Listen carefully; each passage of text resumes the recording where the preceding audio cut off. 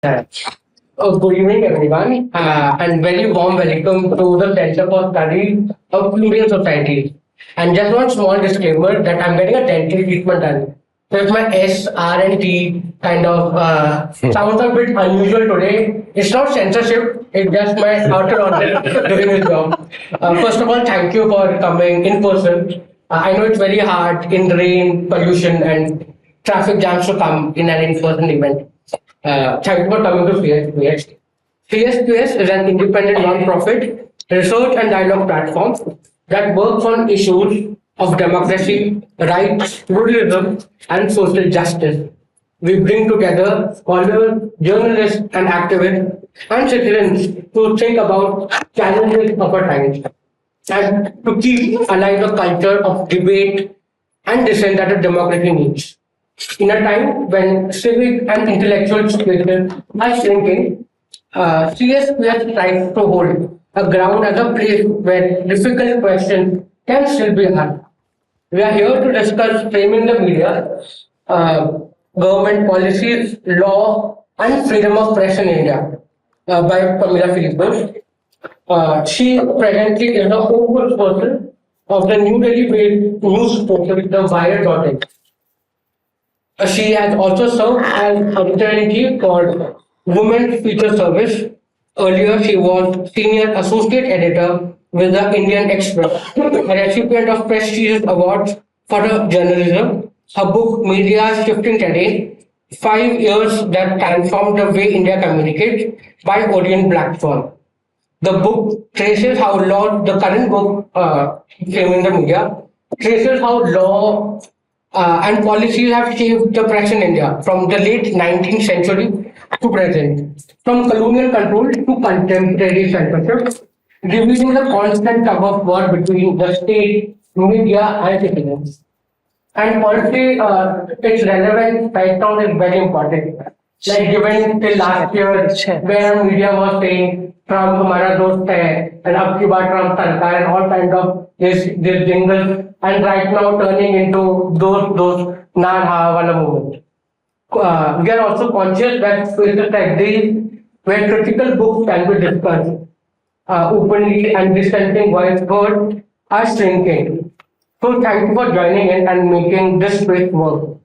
We are truly fortunate to have a strong panel with us.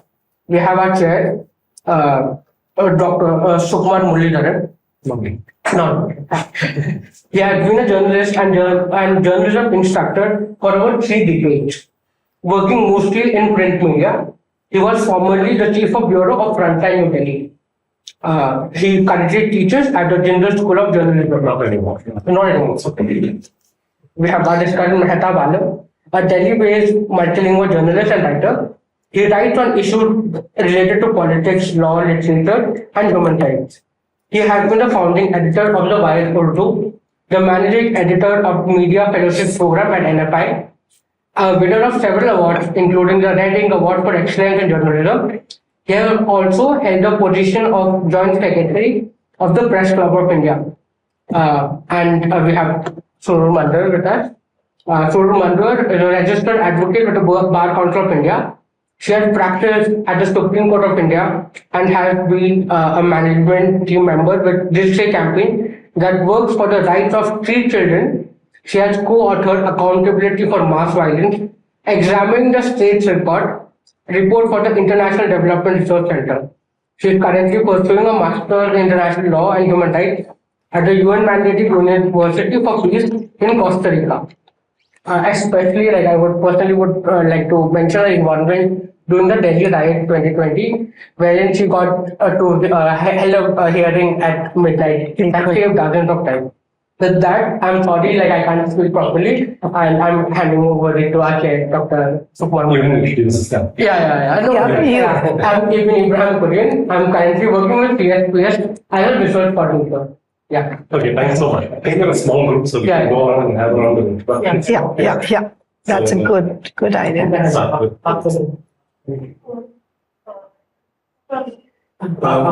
Fadal. I'm pursuing research from Department of Law at University. And he's my father. He has served Bihar judiciary for almost like, I believe, 3 years. I'm the retired district and session judge. Oh, okay. I see. Yeah. Good evening, everybody. I'm Sumaya Anwar, and I'm a teacher and assistant professor at Jamia Hunter, Department of Family Studies and Social Sciences. I'm associated with CSPS as a member, as a volunteer in many respects. Thank you very much. The people at the back as well, yeah? Sana, introduce you. I'm Sana. Yeah, I'm Sana. I'm an editor with the Golden Glasses. So, as a representative of the party. I'm Kalam and I'm pursuing a PhD from Maulana National University. And behind you is Nilanjana.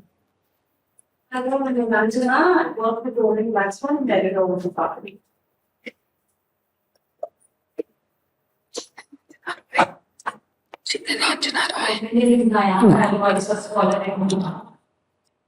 And where? Newport. Newport.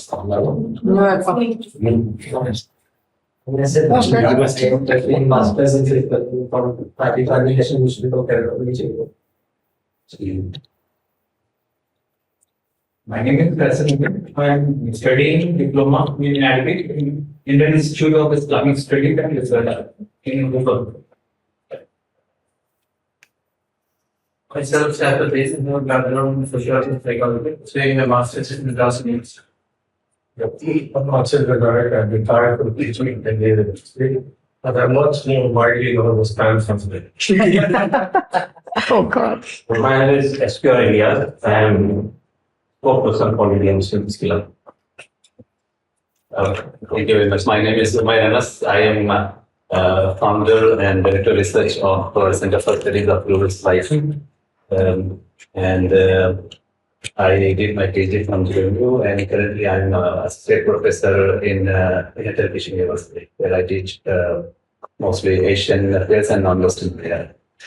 Thank you so much, and very nice to be here, and thank you to the organizers for the invitation. I had the impression when the invitation first came that I would be discussing, but now I've been doing the easy job of chairing the sessions, much more agile minds to lead the discussion. So I found this book very fascinating. In fact, I started reading it around the time it came out. And I just managed to complete it today, this morning, because of various things happening in between. But this book, the way it traces the whole evolution of media law. And incidentally, I could say framing the media seems a very apt title, because as the readers editor of the Wire, he sees a lot of framing of cases against the Wire all the time, especially every day. There's one man saying Guwahati was going to taking on the entire media in the country. So it's about changes, and it's about how things somehow remain the same. And in the sense, it's about changing kind of material foundations, the technological foundations of the media, how it's changed. We're going back a long way to print media, which was itself a bit of an elite thing at one time, but soon became a kind of mass media, acquired the tag of being mass media with the growth of literacy and so on. We are kind of leapfrogging many of those stages. Your full literacy is achieved, you're leapfrogging into the audiovisual era, and now more and more into the social media kind of sphere, where everybody is potentially a participant. Everybody is a news disseminator and also a news generator. So, it's a unique kind of situation. And the legal foundations have not changed very much. Now, in the liberal democracies in the West, they claim to have a settled media law because they started with certain principles and they managed to extrapolate, to extend them to other forms of media, from print and visual and audio and now internet. It's a tough job keeping pace with the technology as it evolves, but there is something, a bit of an effort going on there. Whereas here it is, it's still, as Pamela said right in the very beginning, striking sentence here. So like policymakers have to routinely play catch up or exercise blanket control of in anticipation of development that they read as adverse. They're always playing catch up because. And just last week, I saw a newspaper headline, front page in the Hindu, that the Supreme Court has requested the government to formulate a code of conduct for social media. I don't know why they're doing that, because the government comes up with so many notifications. Most recently, the one on the fact-checking unit, which was judiciary had to stay. Now, I don't know how they can entrust that job to the government, because government obviously has a particular interest. It should go to an independent commission, or the Supreme Court itself, through its rulings, can determine how that is done. Now, unfortunately, the whole record here is one of default, that we've not managed to set down clear rules of freedom of speech for the print media. And we've already kind of moved into the cyber media sphere, and we just completely rudderless and anchored. So I think this is a fascinating book, which goes a long way towards answering many of these questions. And that last chapter, particularly, is most well argued and most well documented. So, without further ado, I think we can have Pamela speaking for about 15 minutes, and then the discussants for 15 minutes each, and then I really feel, Sukumar,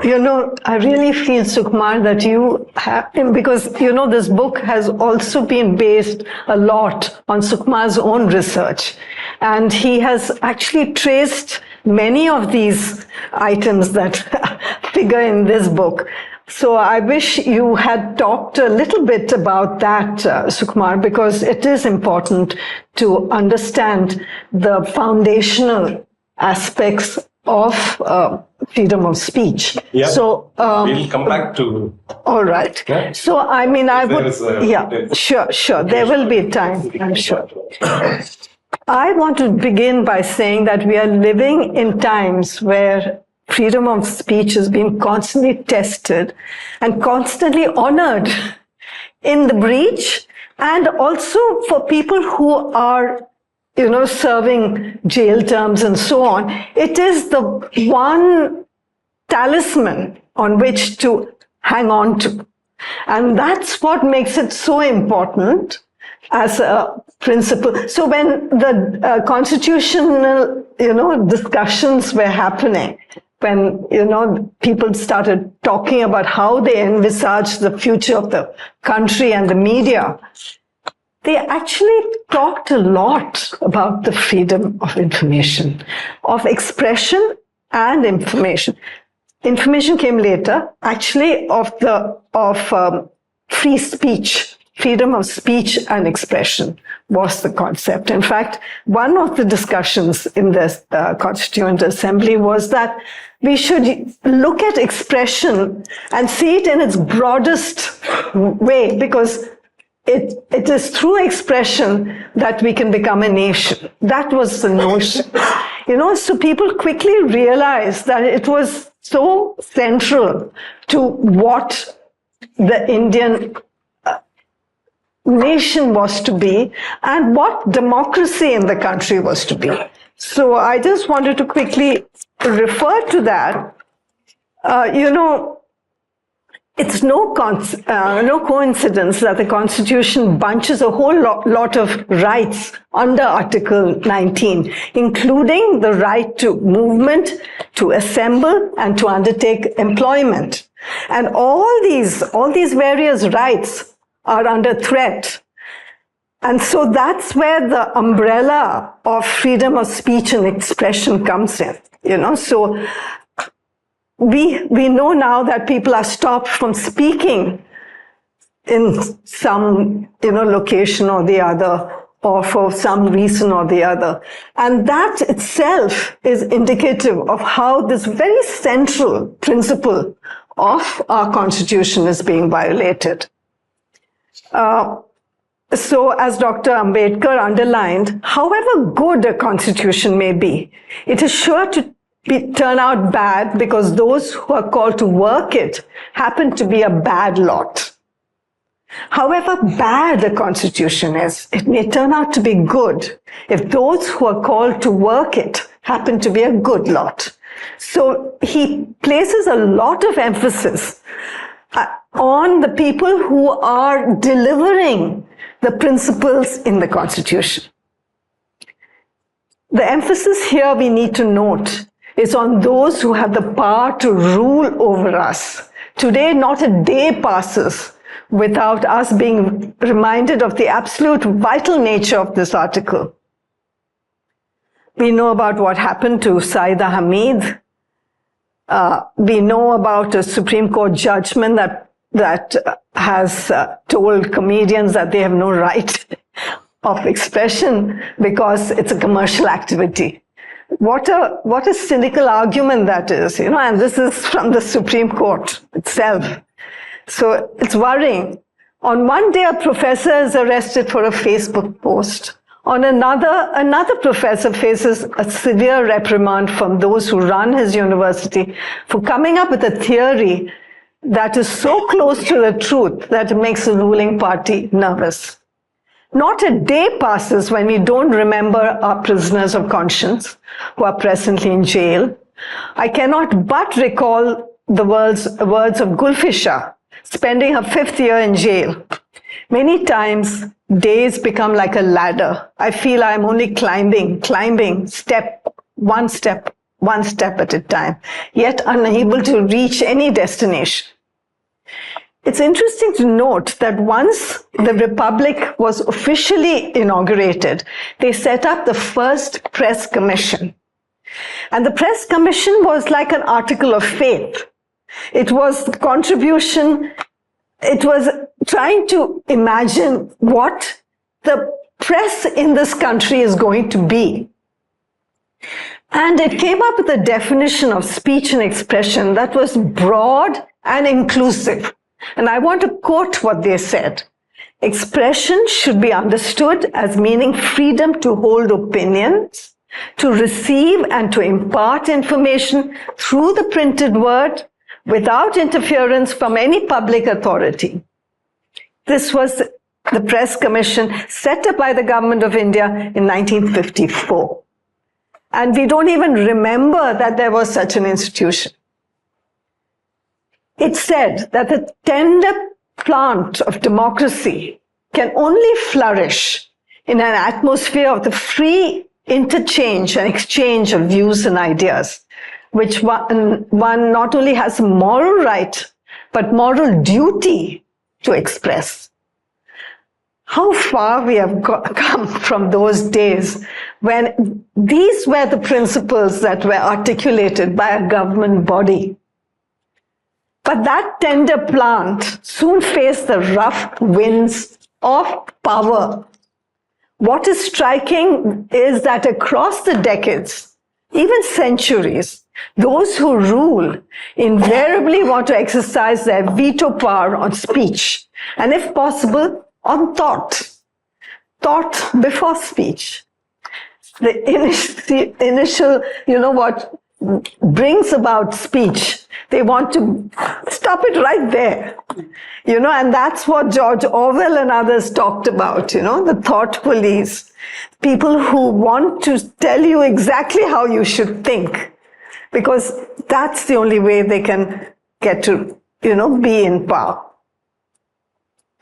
So whether in pre-British times, we had our first laws, I think Sana would be able to tell us. It came out in 1798 was the first law that attempted to control the press. Of course, the reasons for that was very different from what it is today. But the point is the same. Across the years, it's the same impulse that is driving it. And it's very important to say that we may berate the present government, but we have to recognize that even much before the present government, there have been many, many attempts to control what we think, what we say. And it's very interesting that, even the radio was seen as very important in a country like ours, which was in those days, I think, 19% or something literacy, and it was so important to communicate directly with people.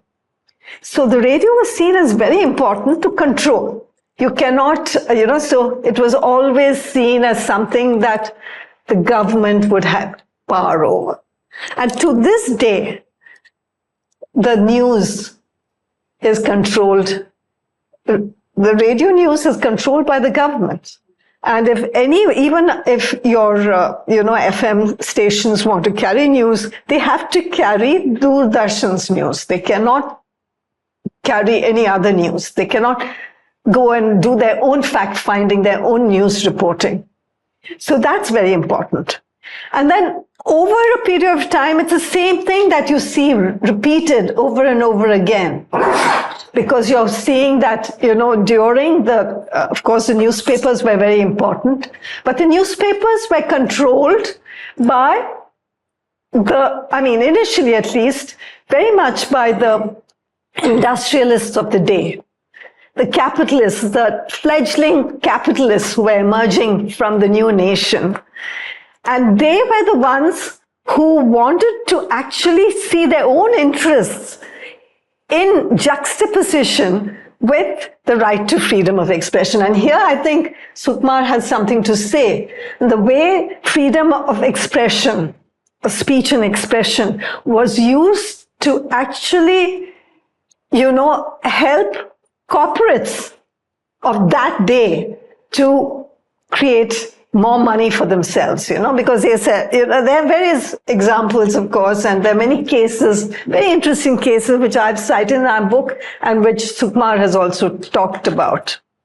So you have the radio. Television was slightly different because you must understand the nature of television. Television is an expensive medium to run. And therefore, although Doordarshan was there, the corporate interests riding on television quickly took over. And that's why one of the first privatization of the media happened in television. And there's no, you had various, we know that in those days there was NDTV, of course, but there were many others that came up. And then even Arnab at that time saw himself as someone who was committed to the idea of freedom of speech and expression. And he tried to use it to actually further himself. But then, of course, the story changes later. And today he owns a television channel, which is actually, if you look at it and look at the way the Republic Television, for instance, pitches the news, it's important to see the connections it makes with them. And not just Republic. We know that India Today and NDTV are now owned by some of the most powerful people. We know that Adani has bought over NDTV. We know the impacts that has had on NDTV's reporting. And so we are seeing all this happening in front of us. But I think we have to understand that over the last 11 years, things have happened at a much more accelerated pace. And there's a reason for that, because I think there is ideological reason that's also driving it. And it's also true that this is an era that saw the rise of independent journalism in the form of online media. And therefore, a lot of the attempt to control speech in this era was focused on this particular category. Because to some extent, they felt that they had controlled the television, they had controlled newspapers, but these independent online people, and here we have Mehtab speak to us about the importance of an independent, online agency like The Wire, for instance. He's from The Wire. How important it is, because it is a way of explaining and expressing and putting out information that would otherwise not reach the public. And we have, since 2023 especially, just before the general election of 2024, a flurry of legislation that is aimed precisely to control speech and expression. And various iterations of it. The most recent, of course, are the new rules that have come for the digital privacy law, which has been passed, and how the focus of that law has ultimately been on the freedom of expression of the media in particular. So maybe Surur can tell us a little bit about that, because she's been in the forefront of that iteration. So I think I'll stop here. I'll come in later, maybe with thoughts as the discussion progresses. Yeah, thanks. Yeah, you're well in time. So yeah, just by way of a reminder, there was a time, probably 10, 15 years back, when we all thought of social media as a great new liberator, which enabled everybody to participate. And, but now it's become a kind of cesspool of fake news and hate speech that things are completely transformed. Now, how does that happen? That's happened essentially, I think, because of the power of the algorithm. Power of the commercial algorithm designed by these big technology companies that rewards speech that somehow has some kind of a coordinated action behind it. Now, there was a time when the right wing complete sway over that field. They dominated the news ecosystem, social media, and the others just could barely get a word in.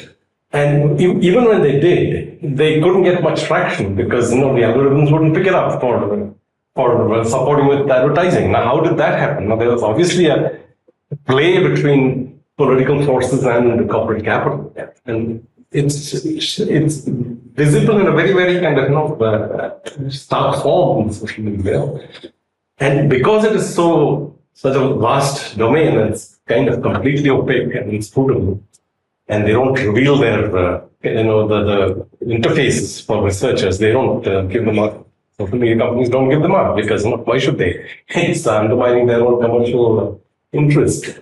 So it's difficult to get a handle on. Now, just when research was beginning to catch up with how print media, for all the talk about freedom and so on, still has become an instrument, servitor of corporate capital, and how that same pattern is being reproduced in radio and television.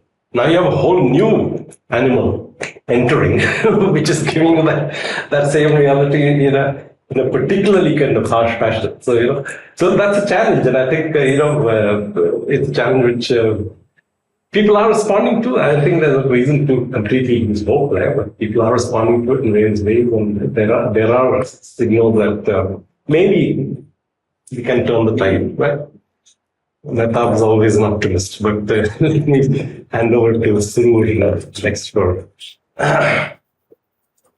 Thank you, Mr. Gupta, thank you, Pamela ma'am, for inviting me here.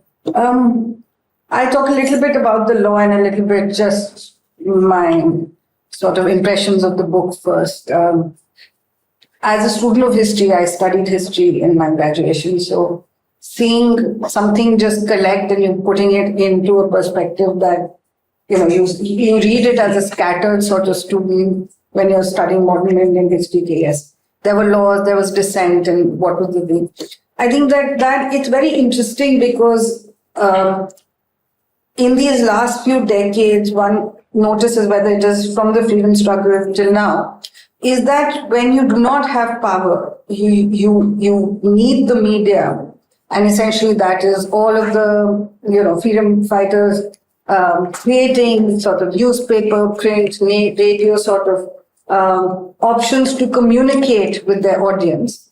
And then as soon as they come into power, they realize that they don't quite want that dissent, curbing their power.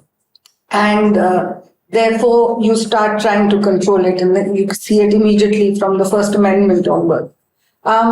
Of course, there can be debates about whether the First Amendment was largely about was it about freedom of curbing freedom of speech or trying to curb hate speech, and complications of this still exist till today. And Amish Devgan's judgment by the Supreme Court was a very interesting example of that.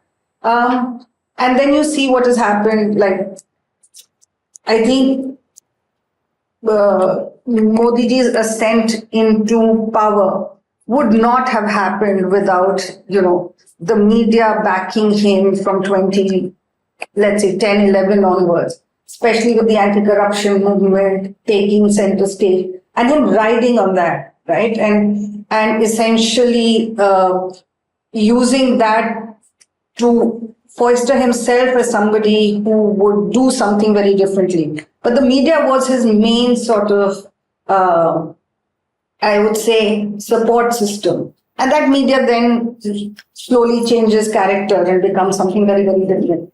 And that's very interesting to understand. But it's also very interesting about him as a personality, and then the difference, I think, between NDA 1 and NDA 2. And that is essentially this idea of where do you want to curb freedom of speech, but you allow dissent to have a voice so that you seem like the egalitarian leadership that you need, you want to show yourself out to be.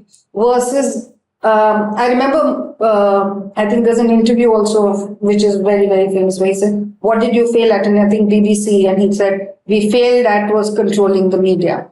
And you see that over and over again. If you see the history of mass violence in India, you will see how post 2002, every government has controlled access or information around that mass violence. The biggest one being Kandhamal. If anybody has read on, worked on Kandhamal, will know that media was not allowed to enter Kandhamal for a month and a half. So from 2002, when you had live visuals of a riot taking place in front of your camera screen and sort of your TV screens, essentially, you moved to a riot which was essentially second-handed information.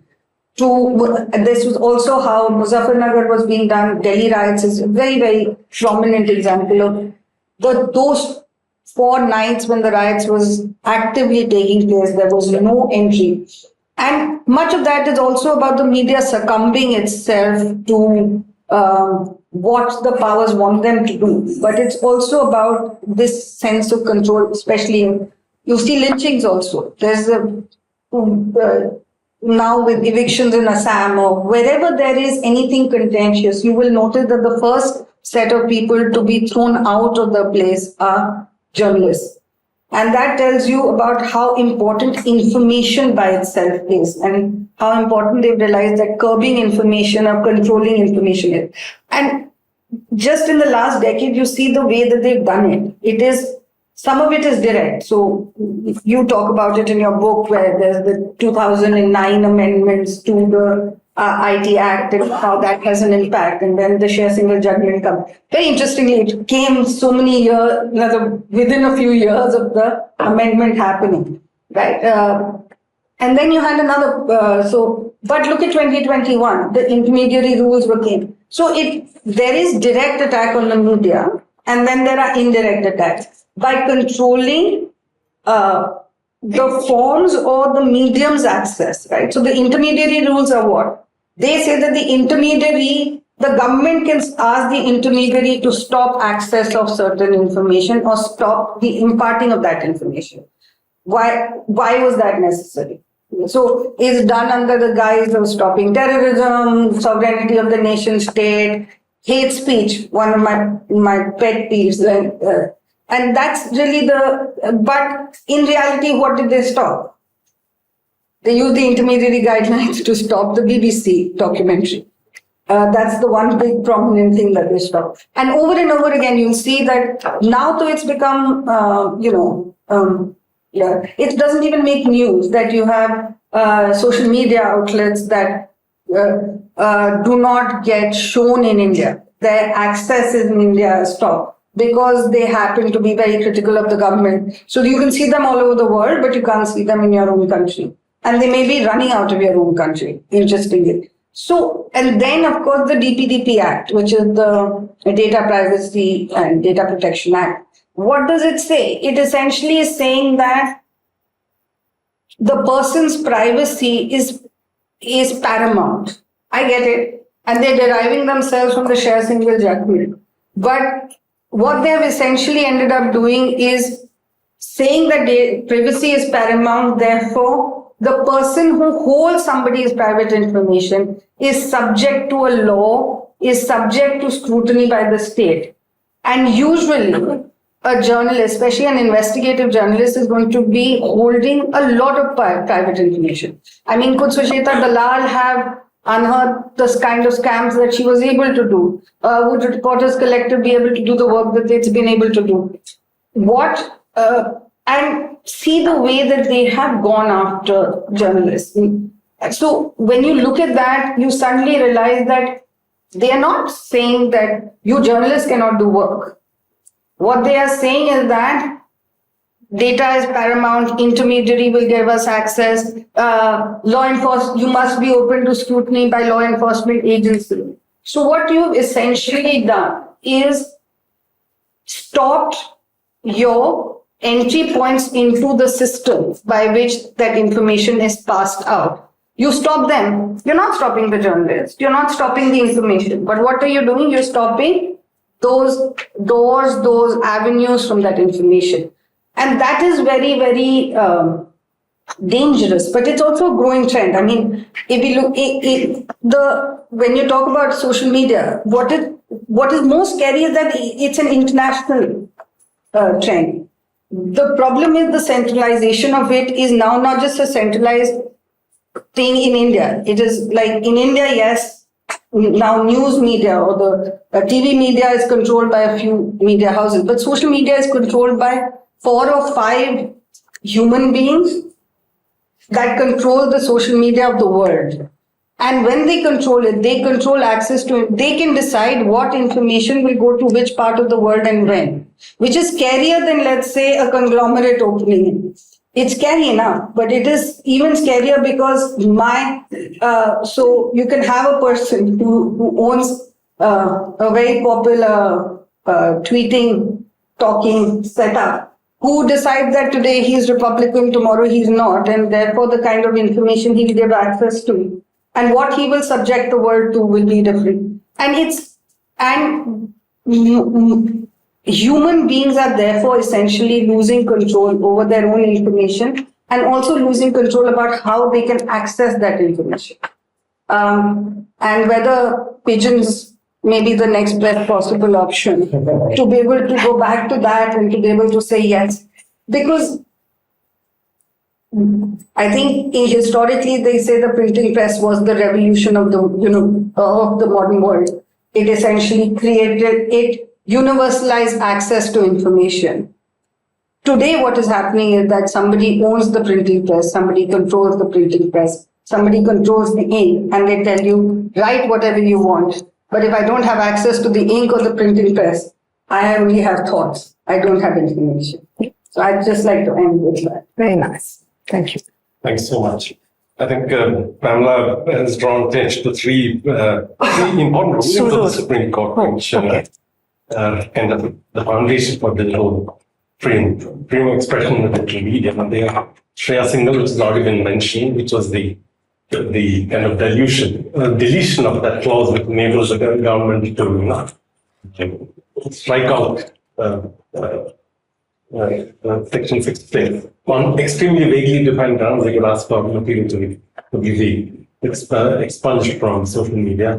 In this case, Puttaswamy, which was the right to privacy judgment, and then Anuradha Basir, which is ruling on internet lockdowns. And there's Which saw internet actually as a fundamental right, access. Correct. which speaks of information as a fundamental right. Interestingly, when the Supreme Court ruled that right to information is fundamental right, it read that into the Constitution. It read that into Article 19. Article 19 has nothing to do with information. It doesn't mention that term. It's about expression. But what's the point of having somebody's right to expression being protected? It was not so that somebody else can be informed, right? So that's the reciprocal relationship in society. That's what the reference is being referenced there. Yeah. So, interesting point about the First Amendment to the Constitution, which I think probably some of you may be aware of, is that as far as the right to freedom of speech is concerned, the challenge to the constitutional principle came from two points, one from the right and one from the left, right?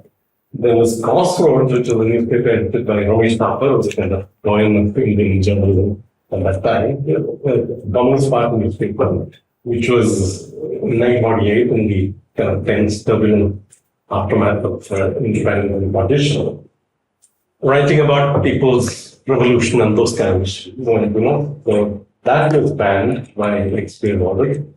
And then there was organizing. It still exists, because the RSS mouthpiece, which was kind of spewing venom about Pakistan government when the Indian government and Pakistan government needed to cooperate with each other to resettle refugees. So that was also banned by executive order. So both these were challenged at the same time as the Supreme Court, and the Supreme Court held both the bans unconstitutional, which is why they introduced that clause in the Constitution which says, in the interests of friendly relations with foreign countries, you can have restrictions upon freedom of speech.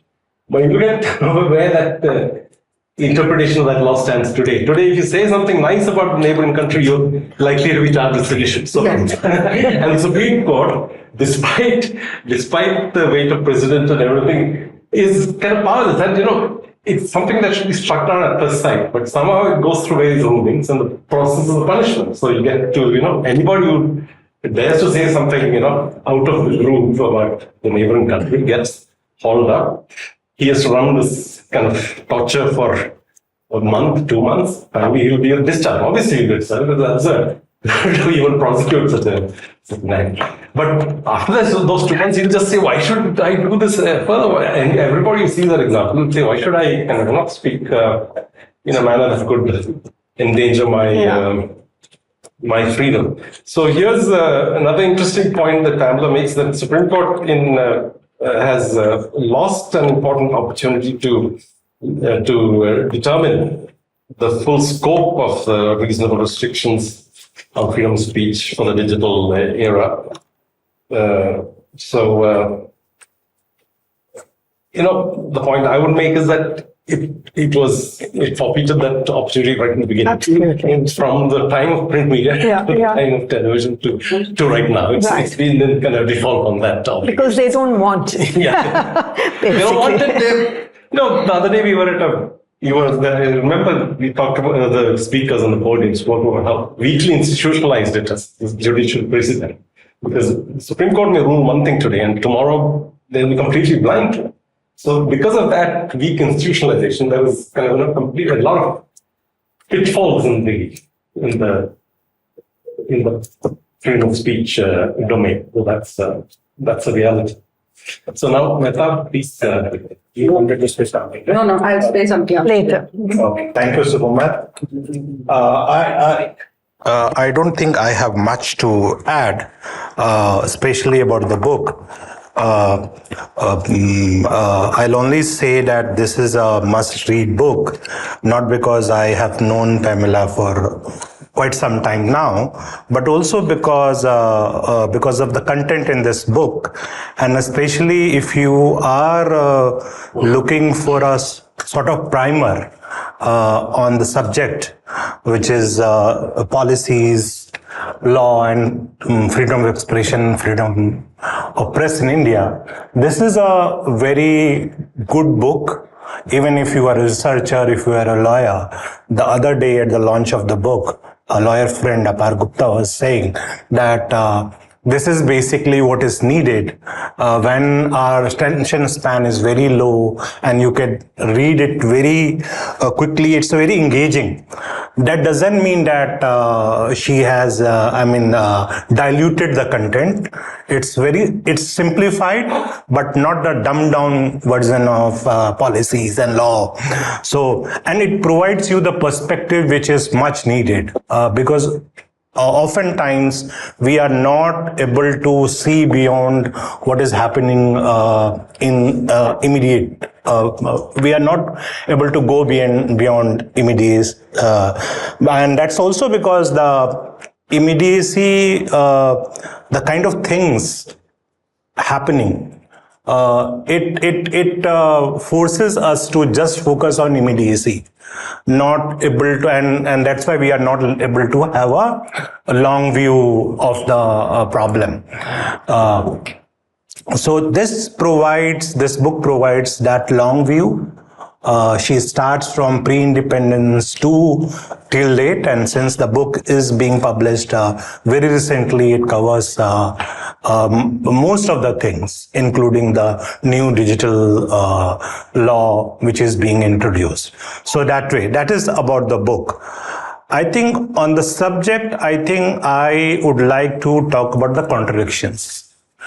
A few years ago, a journalist posed a question to me asking if is there a freedom of expression or press in India on the eve of, I think she was doing a podcast and on the eve of Independence Day, and she asked me, is there a press freedom in India? So my counter question was, for whom? That is my question. To say that there is no press freedom in India, I think it would be to say is untrue, because mainstream media is free to whatever they want to do. They are free to spread hatred. They are free to create problems, all sort of things, and that's where. Say when Sukumar was talking about the First Amendment which happened in the light of Ramesh Thapar versus Government of India, and then both the publications were banned. But you cannot imagine something like that happening today. If you look at the say media organizations which have been targeted over a period of time, who are they? What kind of news or stories they are? They are basically alternative media. And if you look at the entire ecosystem of media, or the footprint and reach of the media industry, the alternative media, or the be it Wire, Scroll, News Click, News Minute, whatever, it's not even 5% of. If we talk about internet, if we talk about TV, forget TV, there is no alternate. Only digital, there is some alternate. Even then, who is the largest provider of news online? It's Times of India Group, again. So that is the problem. So the three keywords in this the subtitle of the book, if we focus, the one is policy, now there is law, and the third one is the press freedom. Interestingly, to my understanding, is the law is the problem. Or the policies are the problem. Look at any policy which is being brought in order to say control or solve the problem. It becomes a problem. So, for example, I had thought that Surur would talk about BNS 152, section 152 of BNS. We are told that sedition has been, taken off the law book, but that is not the reality. In reality, what has happened in the case of Karan Thapar, Siddharth Varadarajan and others? They are using section 152 of BNS, and it is as it is similar to or identical to sedition. So that is happening. So that is a problem. Or all the policies or the say various laws, or not the laws, I would say policies, which are introduced time by time, are basically to restrict these small outlets. This is small. On the other hand, there is no regulatory mechanism. So we have press council, which is, quasi judicial body, but it is totally useless. Not only in terms of functioning, but also in terms of its what it can do. So they are only they only govern or cover print media. The digital media and the TV and other things is still outside their domain.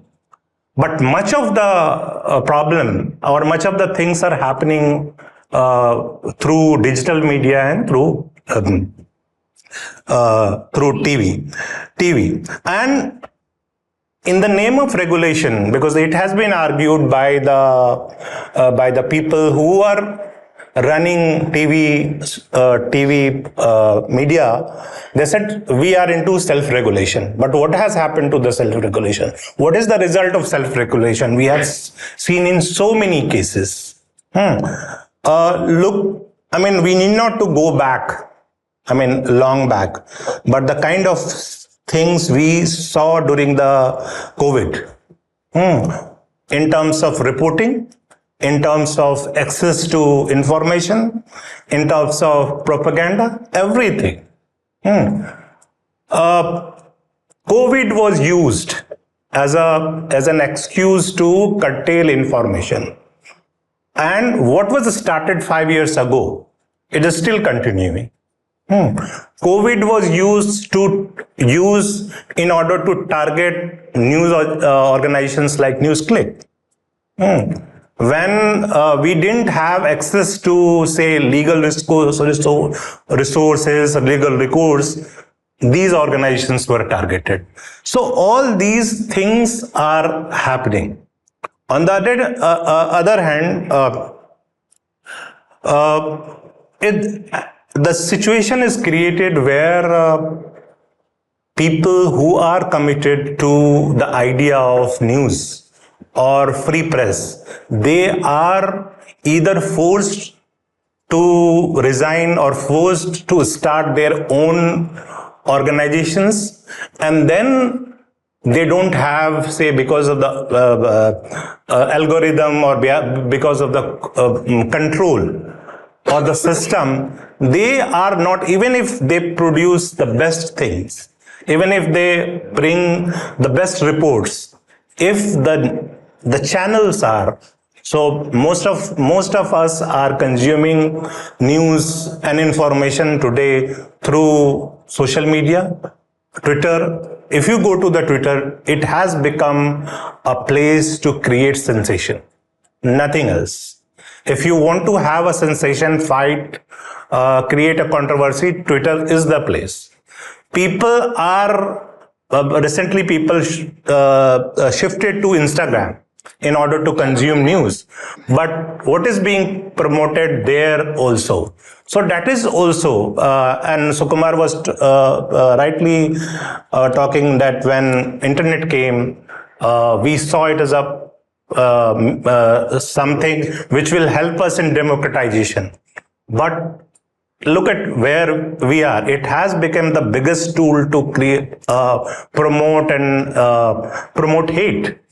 And most of the time we are talking about English media. But what is happening in Hindi and non-English publications?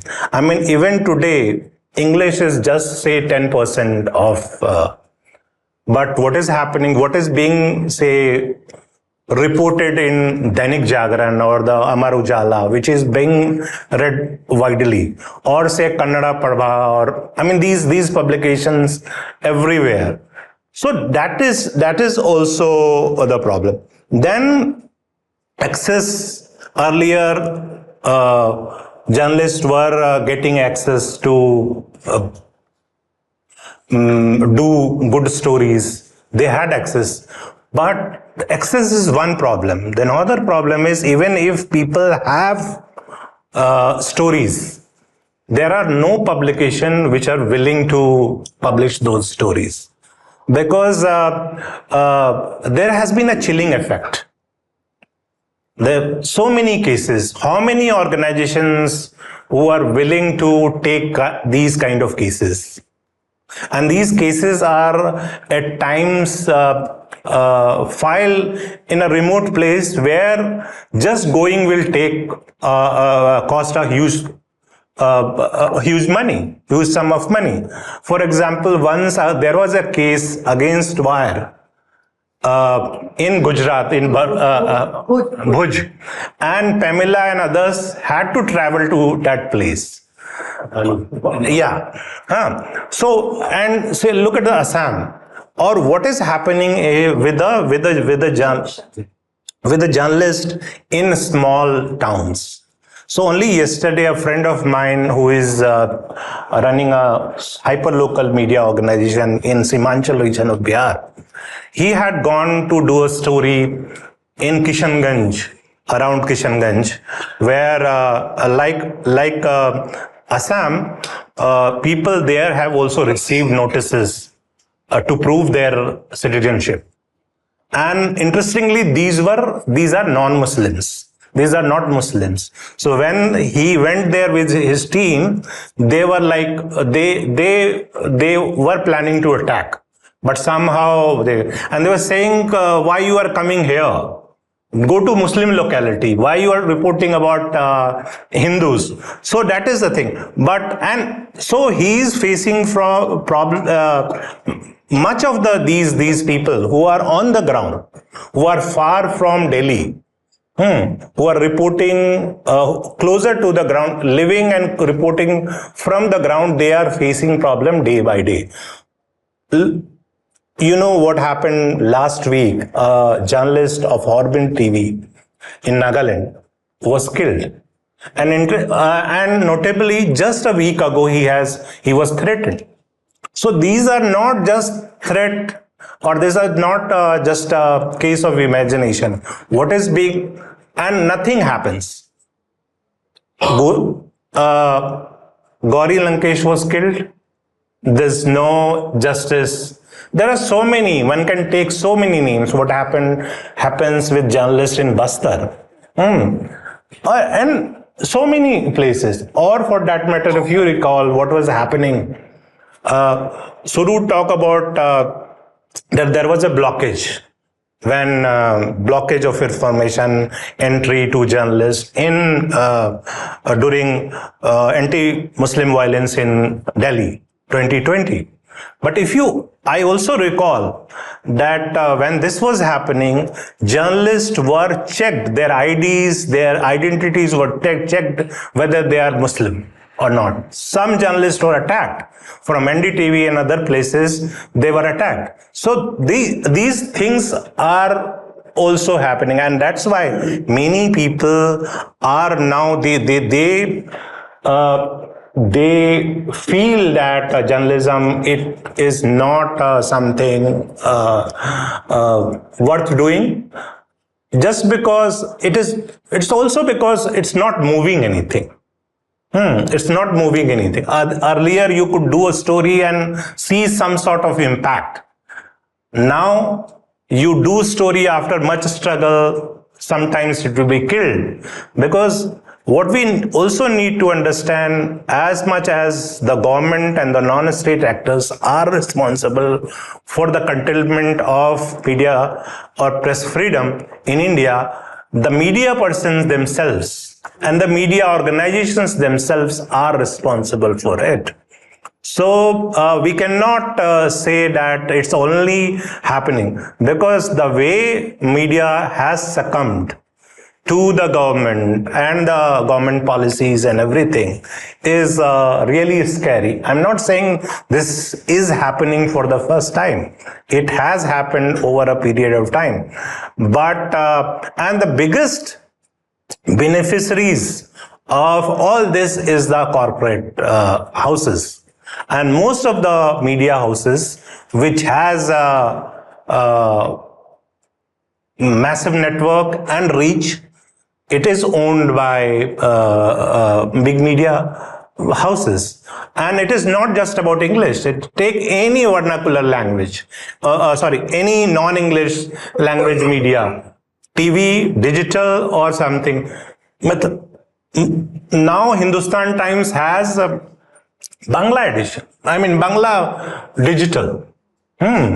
So all this is happening, and so this is the situation. So I don't know what can be done. Maybe we can discuss about what can be done. The situation is such that at Press Club of India, I'm slightly involved with the Press Club. I was joint secretary.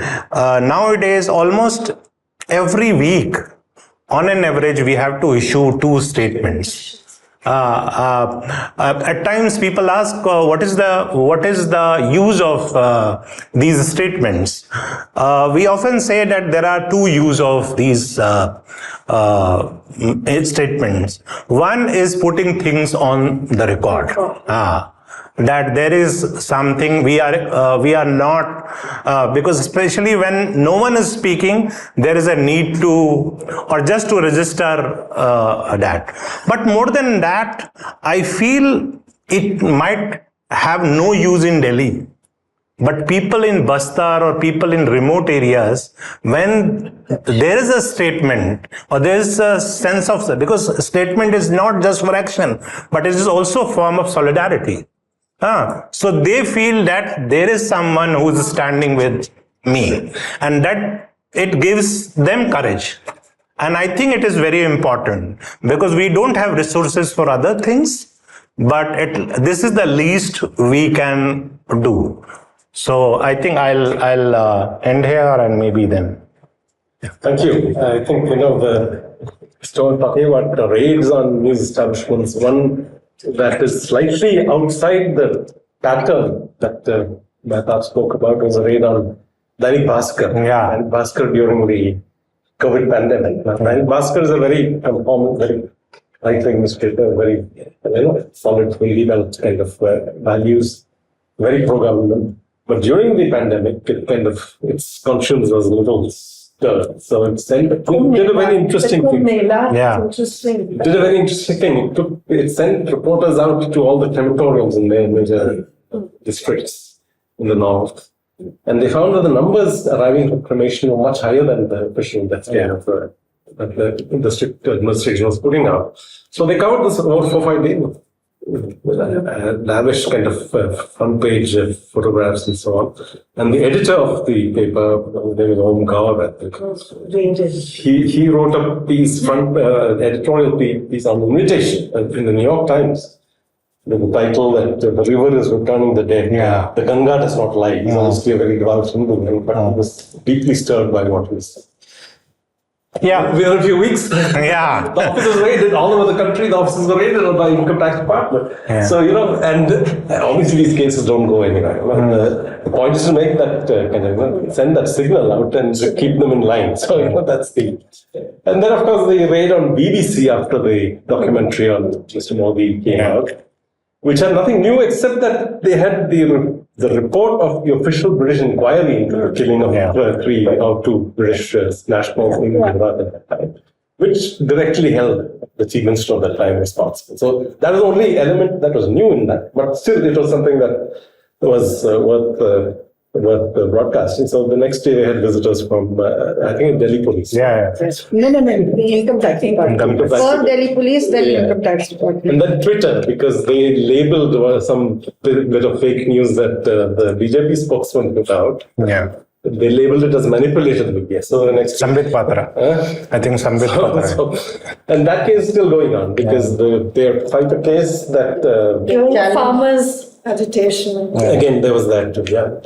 So now the X, as it's called now, is under notice that if they don't comply with all takedown notices issued by the government, they will lose their status as intermediaries. They can't claim to be intermediaries. They'll have to. In which case, they'll be held liable for everything that appears on the site. So they're liable to under all the laws, liable, defamation, whatever else. So so I think you had something to say, something to add. No, I just, taking forward from Mehtab, I just wanted to say accountability of media, and especially through the system, is very complicated.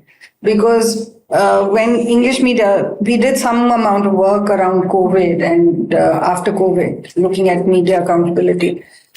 Found very interestingly that, so the legacy channels sort of subject themselves to NDBA now, NBDSA. But what did the new channels do? They created their own entity and they separated themselves because they didn't want that scrutiny and accountability. And you hear nothing. You hear no accountability of the republics of the world. Even if you're putting we tried to put certain things, didn't make it. What is more problematic with that setup is that you have to provide information within 7 days or file your complaint within 7 days. They don't have a responsibility to respond within a period of time. So we got an order out of them after a year and a half on the Tablighi Jamaat issue. But after a year and a half, nobody was bothered about the Tablighi Jamaat issue. So it's also, we must understand this subversion that happens through process. And this is over and over again, whether it is what you were saying, you file a case, you go through the process. Like Mahmoodabad, this is, so it's also how, just in addition to this, I just wanted to say that the big crisis is also this, the tussle between hate speech and free speech. And in a country like ours where violent hate speech is becoming center stage, even by, and especially by media channels that are doing it over and over again.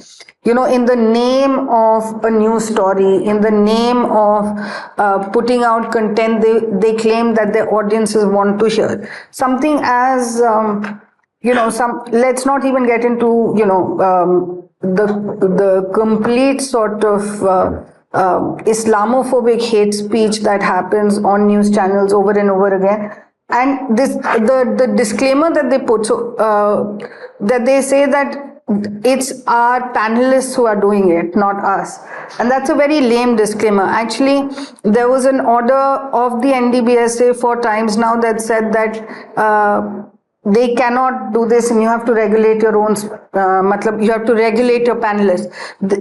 As a part of that order, they also said that we will develop guidelines. That order was passed in 2021. We are in 2025. There are no guidelines from the NDBSA. They've forgotten about it because it was an easy way of placating that issue, right? By saying, yes, we'll develop guidelines, but there are no guidelines. So you continue to have hate speech. What I find very problematic, and this is just where I wanted to end, that Mahmoodabad approaches the Supreme Court over a statement made, he gets an SIT, no questioning. And Amish Devgan approaches the Supreme Court, he gets clubbing. Nupur Sharma gets protection. So they are also sending out messages of what is going to be protected based on who you are and where do you stand in this framework, which is hugely distressing, but it should be an alarm bell for everybody that today, based on who you are, it will be regulated. So tomorrow, if you're not in power, you can be subjected to the same thing. So you should be as desperate for, some sort of standard, transparent processes. But you're not. You're very happy in this protection now because you are gaining so much out of this. and it is immediate gain versus, long-term institutional protections that you're sort of going towards. And it's as lawyers and as activists, you feel more and more sort of distressed because you don't have good news for your client. You can't say, okay, read the Supreme Court, you'll get protection, or read the High Court and you'll get protection. There is no guarantee. Today, I would say that it's the likelihood of a lower court giving you protection, even after 5 years, is higher than the Supreme Court giving you immediate protection. So bear the brunt of this and take the rigmarole of a trial court, because that guy is bound by the rule book. The Supreme Court after God has come to our Chief Justice and has told him how to, there is no stopping what judgments will come out of it, because the Constitution is not the guiding light now. Bhagwan is. So, Bhagwan bachaye, I guess, is the way forward. Yeah, my courts are too much under the thumb of the police. That's the other part of the story. Yes, so that's. So, Pamela, you want But they register FIRs, at least, they give you that immediate protection. They will, what you're seeing is that you won't even get that from the Supreme Court now, based on which bench you are at. No, I just wanted to say I hope we can listen from the audience also a response. But I was just trying to put down all the ways by which freedom of expression, speech, is being undermined. And access, of course, is very important. They say that the Parliament House, there used to be a central hall where journalists could meet with MPs and talk about their issues. That's over in the new design. The new Parliament Hall doesn't have a central. So I have access of various kinds, from that very big example to smaller and smaller examples. What Suru said, the little bits and blockages are very, very important for this new architecture of controlling information. Then there is the chilling effect of police raids and so on. Then you have laws and policies. What's interesting about laws is that most of the new regulation that has come in has been through orders, and it hasn't gone through Parliament. For instance, this intermediary rules of 2021, it's like a fortress. It tells you exactly how to, approach things. And what it does, it has empowered the person, the complainant, to actually make a complaint and therefore make a case. And that's a very dangerous thing, because we have 1.4 billion people in this country, and there can be many, many complaints, especially if they are tutored to make the complaints.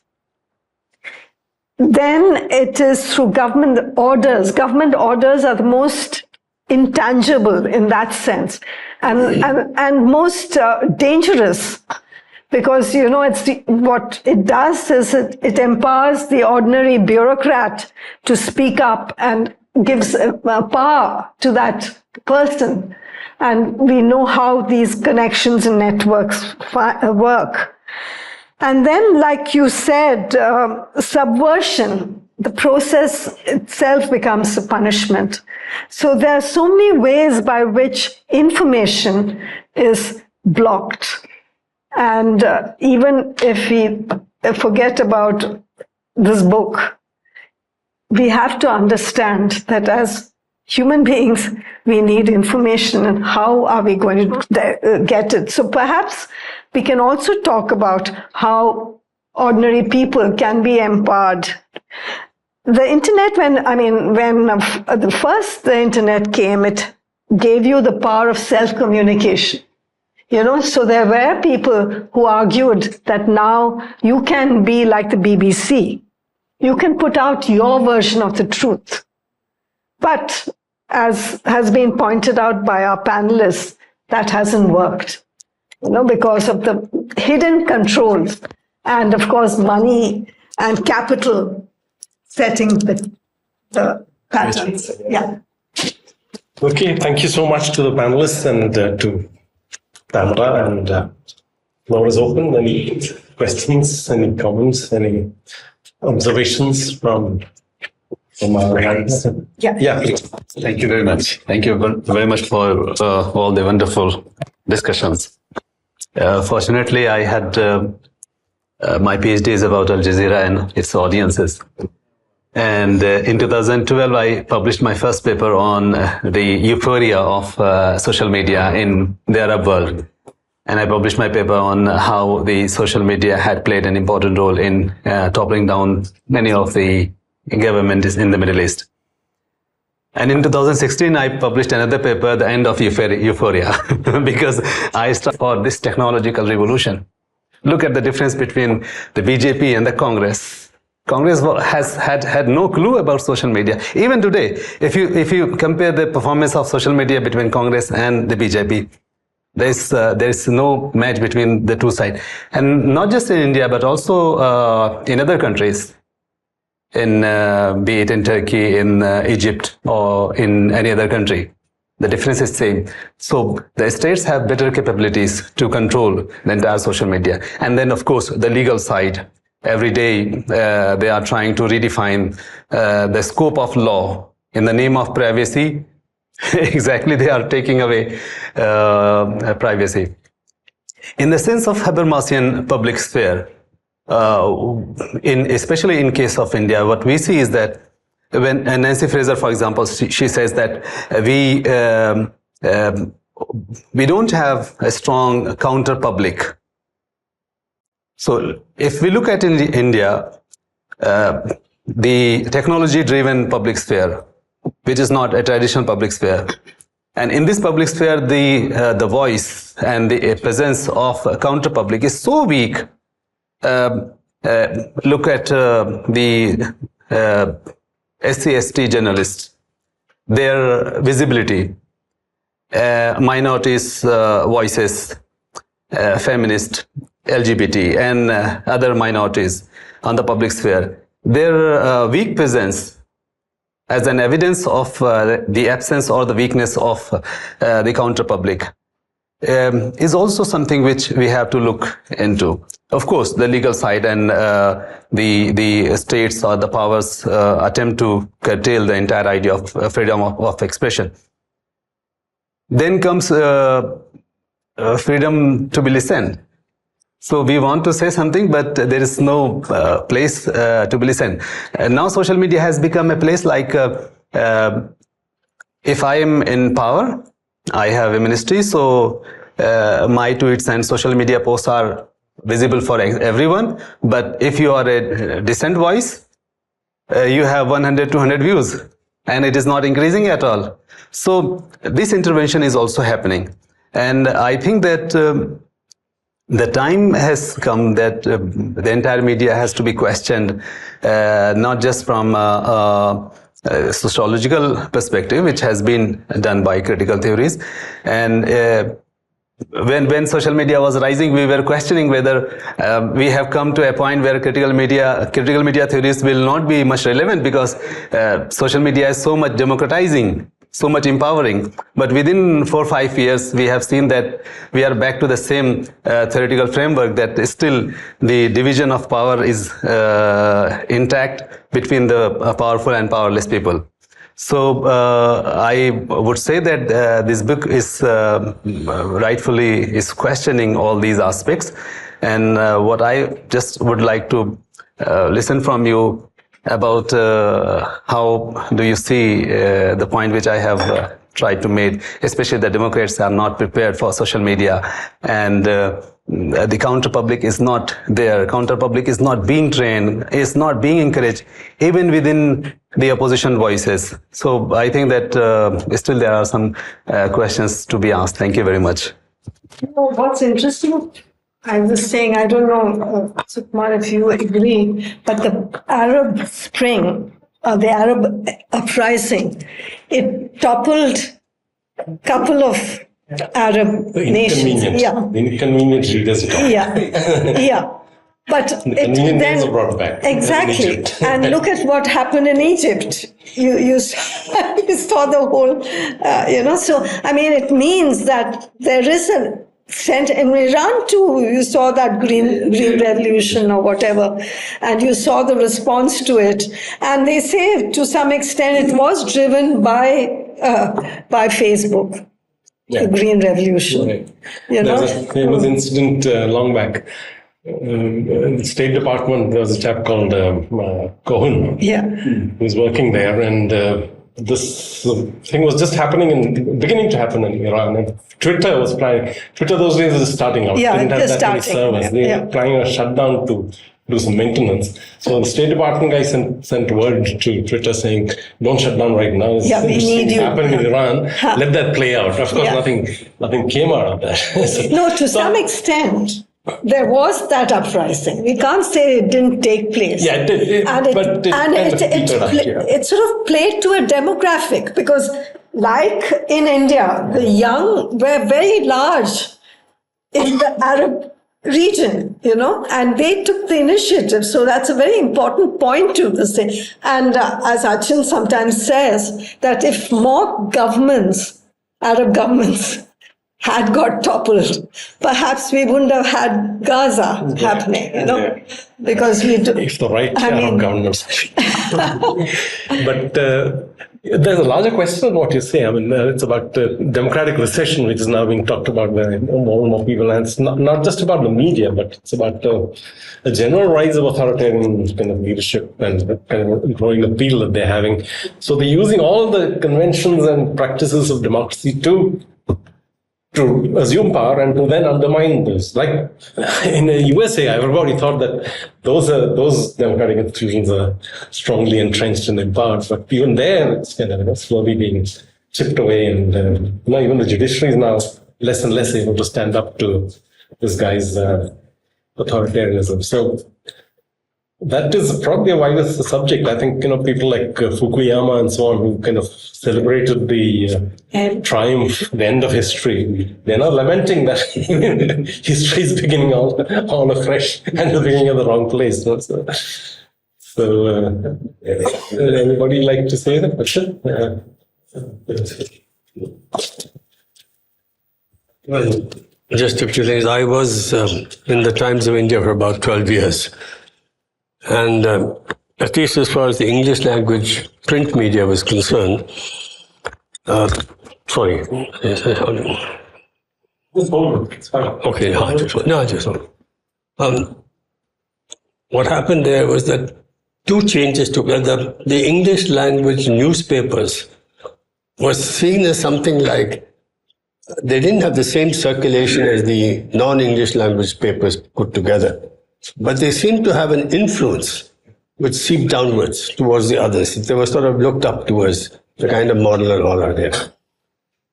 And the Times of India is one of the biggest newspapers that moved and led the way in moving away. And we as journalists fought against that, and we saw two or three things. One, at the time, even up to the early 80s, the editorial newspaper side and the management side were quite different. And the editor and all had much more important status and credibility publicly than the management side. However, over a period of time, the control over the newspaper and the relationship of forces between the two shifted dramatically in favor of the management. Second, the management, corporate sector, becomes closer and closer to the government. And third, the contract system replaced the wage board system, and it was accepted by a large number of colleagues. But one key factor that is not sufficiently recognized is that the people who could have played the strongest role of opposing it, which was the senior journalists, not so much the junior journalists. The senior journalists actually played a very negative role. They're the ones who refused to fight and did not provide the kind of leadership that was required over there. I say this because in India, it seems to me, and you can tell me, is that among so-called liberal democracies, the Indian Supreme Court has a power and influence which no other Supreme Court in any other liberal democratic country has. And it sets the pattern downstairs to a much greater extent. And here, the betrayal of the Supreme Court, when it could have fought much more strongly, etc., has eased the way for that. Among today's journalists, and I don't know, but I see what I see now, is that they're working for the corporate sector. They need a job. They want to do that, and two things seem to happen. One, the journalists and all these creepy TV channels and all the rest of it, they are aware of that creepiness, but fear and the need to have a job keeps them quiet. The second thing is that even among them, how do you live with yourself as a hypocrite? And this thing here, it's much easier to accept the kind of values and ideologies that they have and then justify them to yourself and all that, it seems to me. So the same kind of pattern that takes place, that seems to me that happening here. On the question of social media, three things. One is that in countries like the United States, it's the liberal and left youth which is much more prominent. But here it is much more organized, and it's not really the left or the liberals that are there.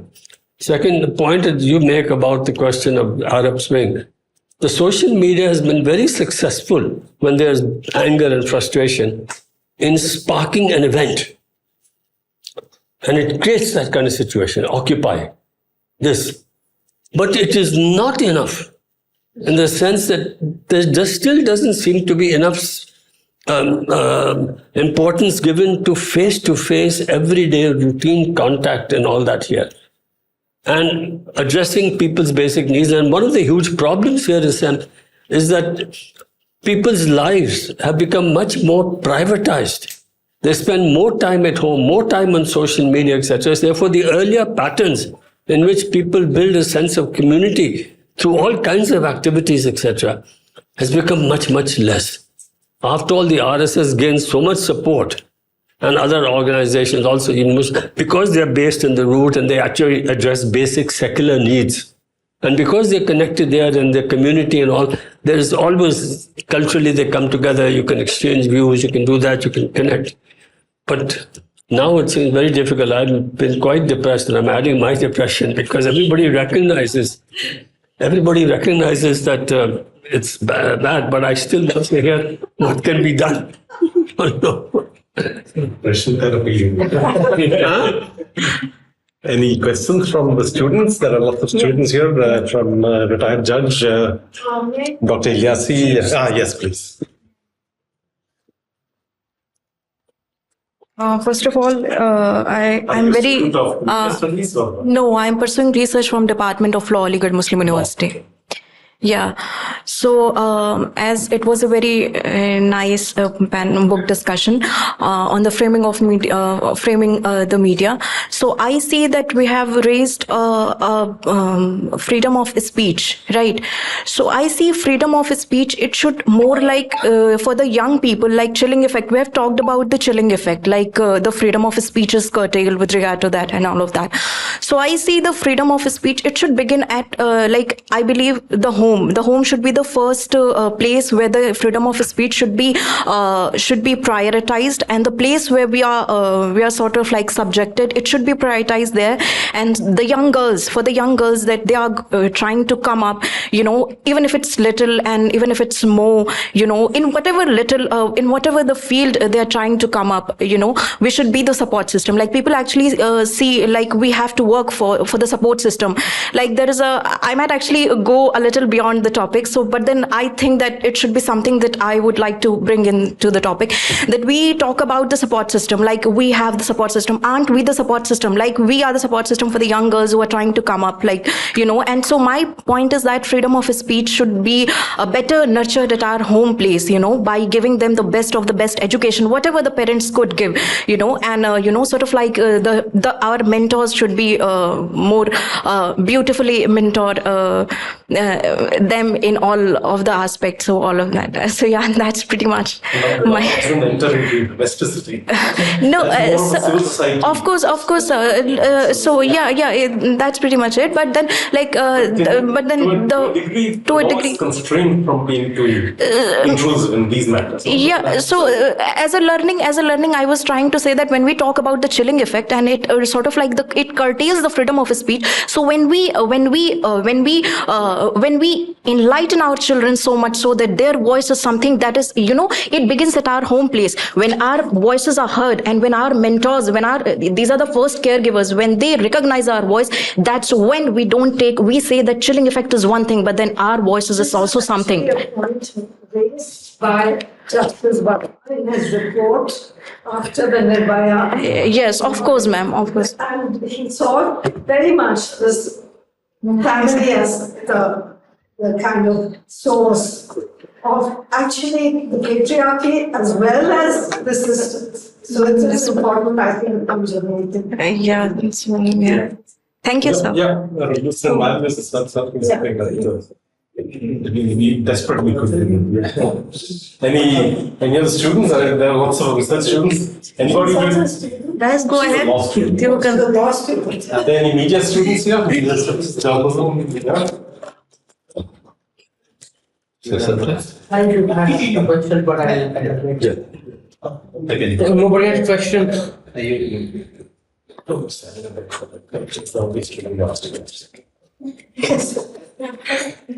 So I'll start with a basic question, like after the discussion.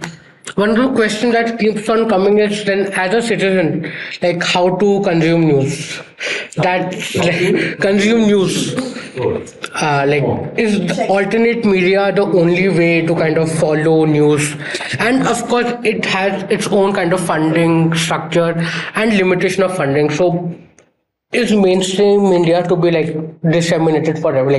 Should we kind of stop consuming mainstream media and kind of look into alternate media as the only source? And the second question is about the economic insecurity of journalists.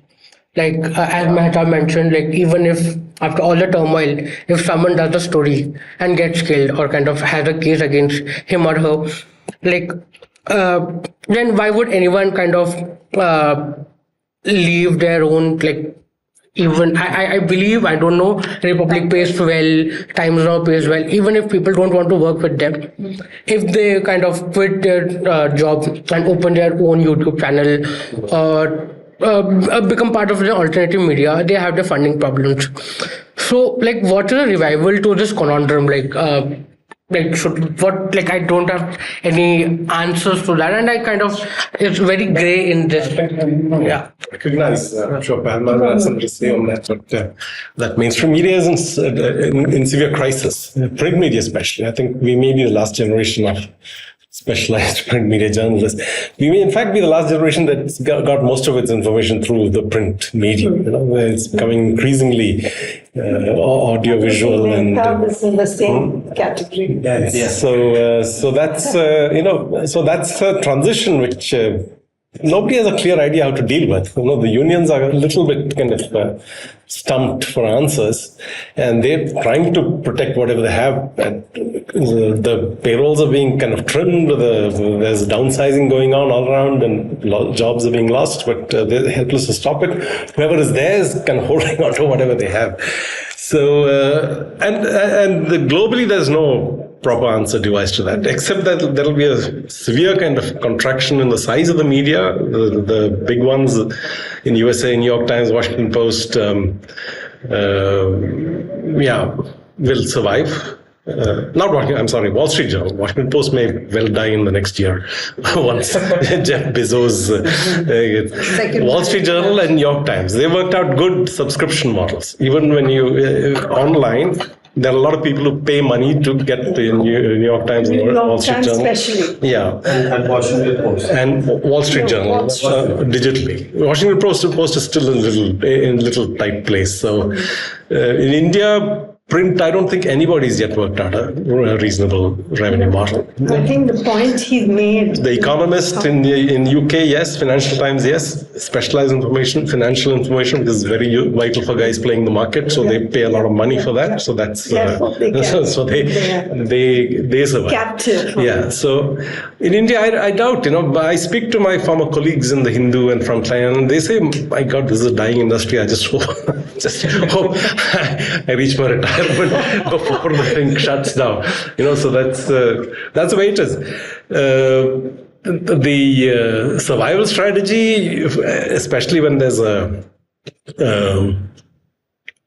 threat to physical security, that's a whole different problem. That's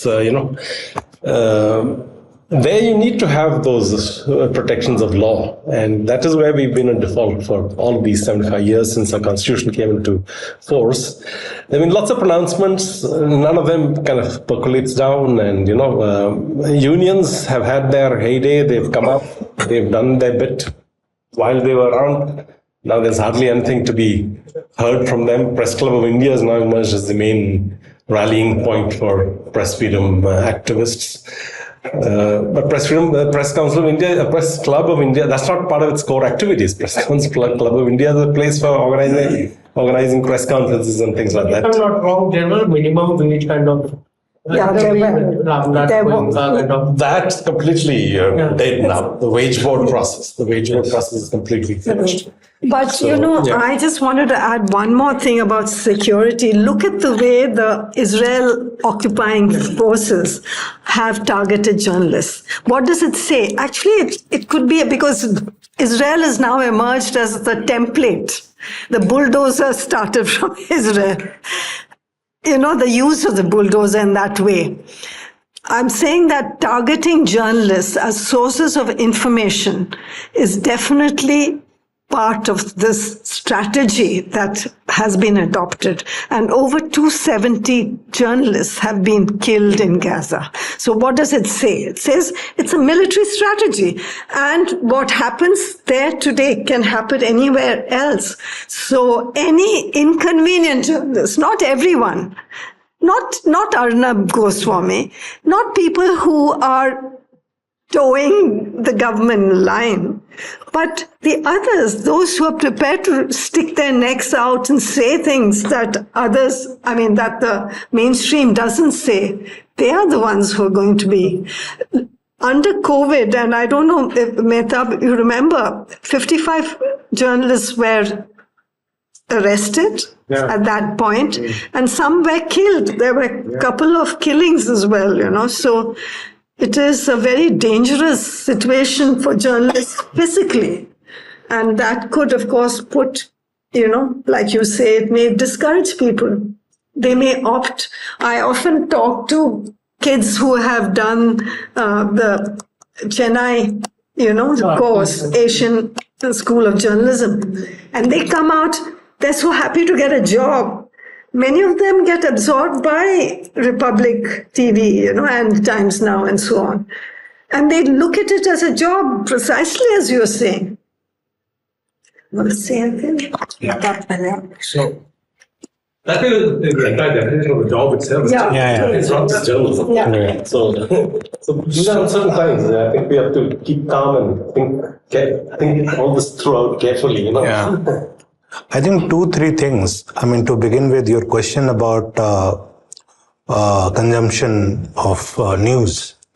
I think we need somehow and somewhere we need to rethink about the very idea of consumption of news. Do we need to consume news 24/7? Do we really need that? We need to, how much information, this FOMO, the fear of missing out information is itself, I think, is a problem. We need not to get information all the time. So that we have to curtail and we have to rethink about. I'm not saying that we should totally ignore the mainstream media for the information, because unfortunately, even today, they have the largest network of news gathering and other things.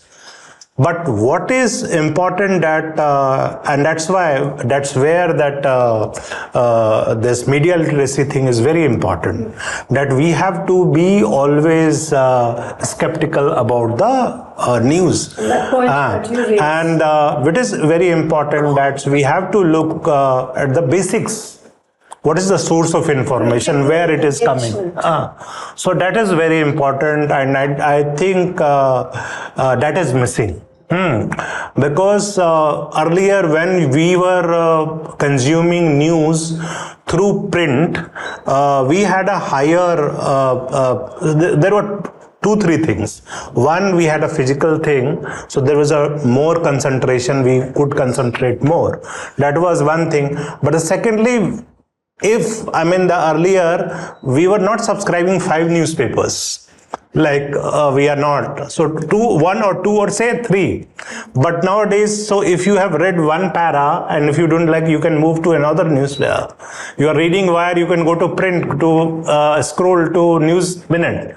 So that is also the thing, and that's where. So that is also there.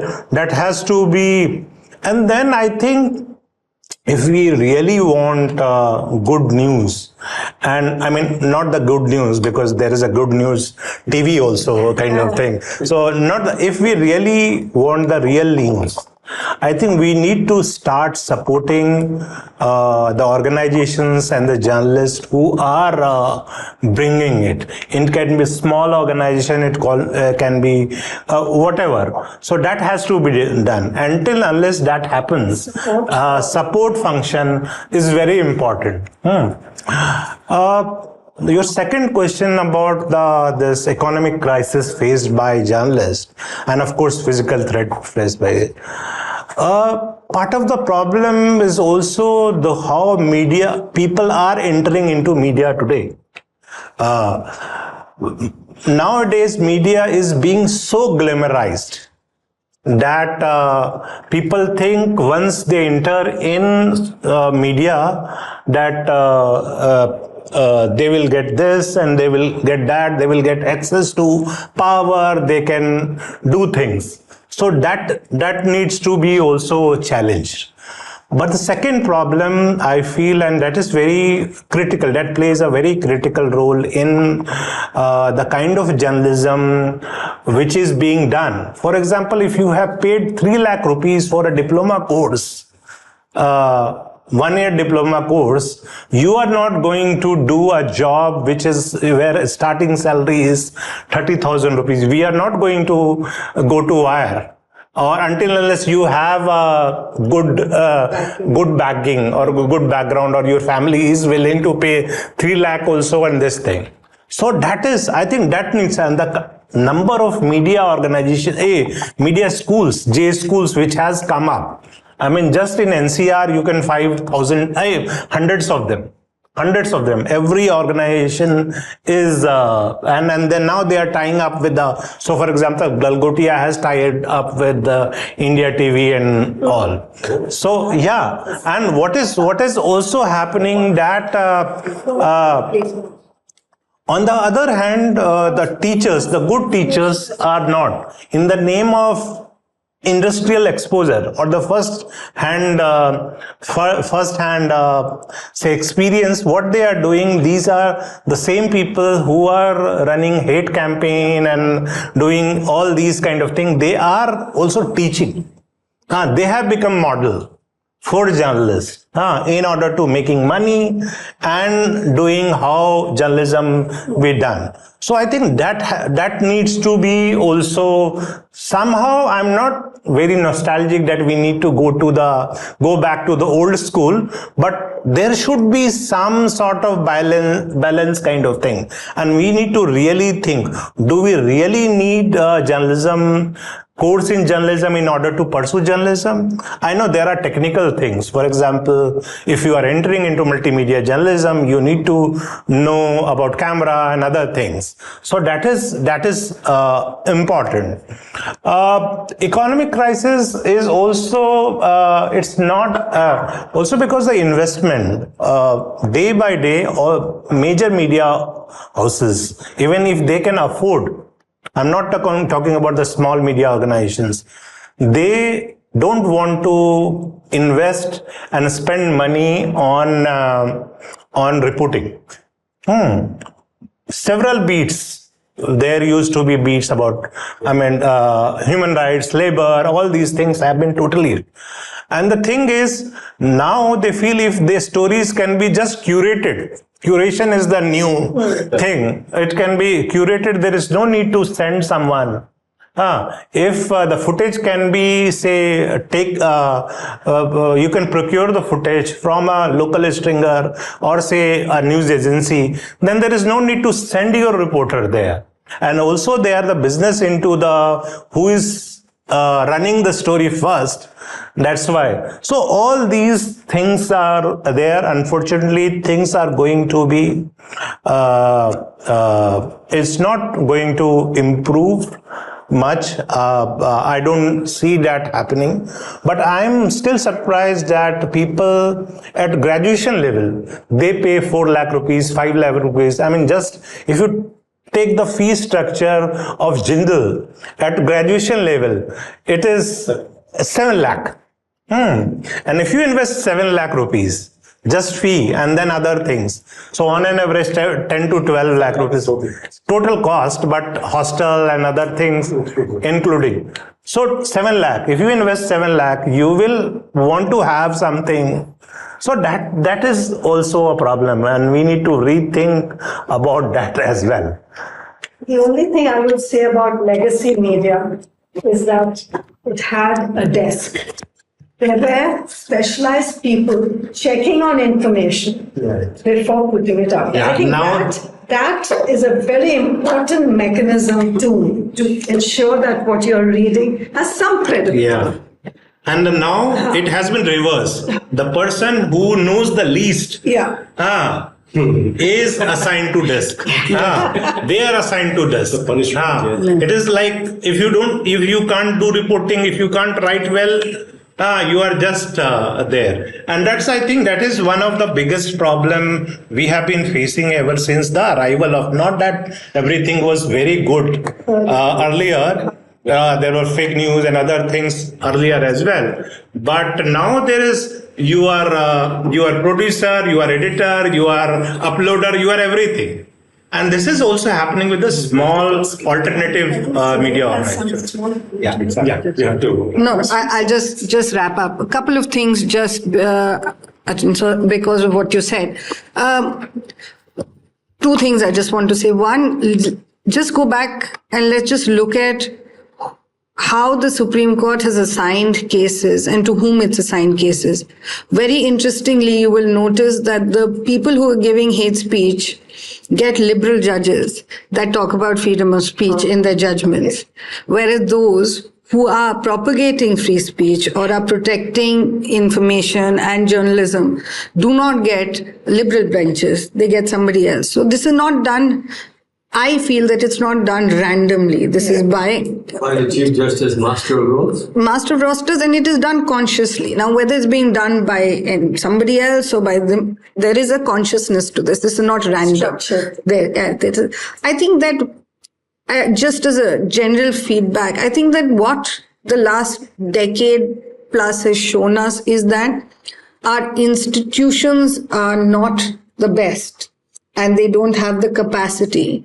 So I think as consumers, as public individuals, as the large civil society, as human beings, I think our first question is to hold our institutions to account and keep asking, why are you doing this? And should you be doing something differently? The second thing, as people who work within institutions, we have to ask ourselves the question, where did we fail and where do we go next? Which is where this book comes in very, very importantly to give us that footing to go forward. And I think that as consumers of news, it is, I think Mehtab said it most importantly, that we have to be critical about what we are reading and what we are consuming. But more importantly, I think we have to go back to all our institutions and ask, why were you created? Was your primary purpose business? It's like education. Was your primary purpose business, or was it to spread education? Was it as law? Was your primary thing to have great amounts of wealth, or was it the idea of justice? And if it is the idea of justice, then your specially labeled car number should not be relevant, You should be able to survive in a Wagoner and things like that. So I think we have to ask ourselves all of these questions to survive. And as human beings, that's where I would say we have to struggle and spend money.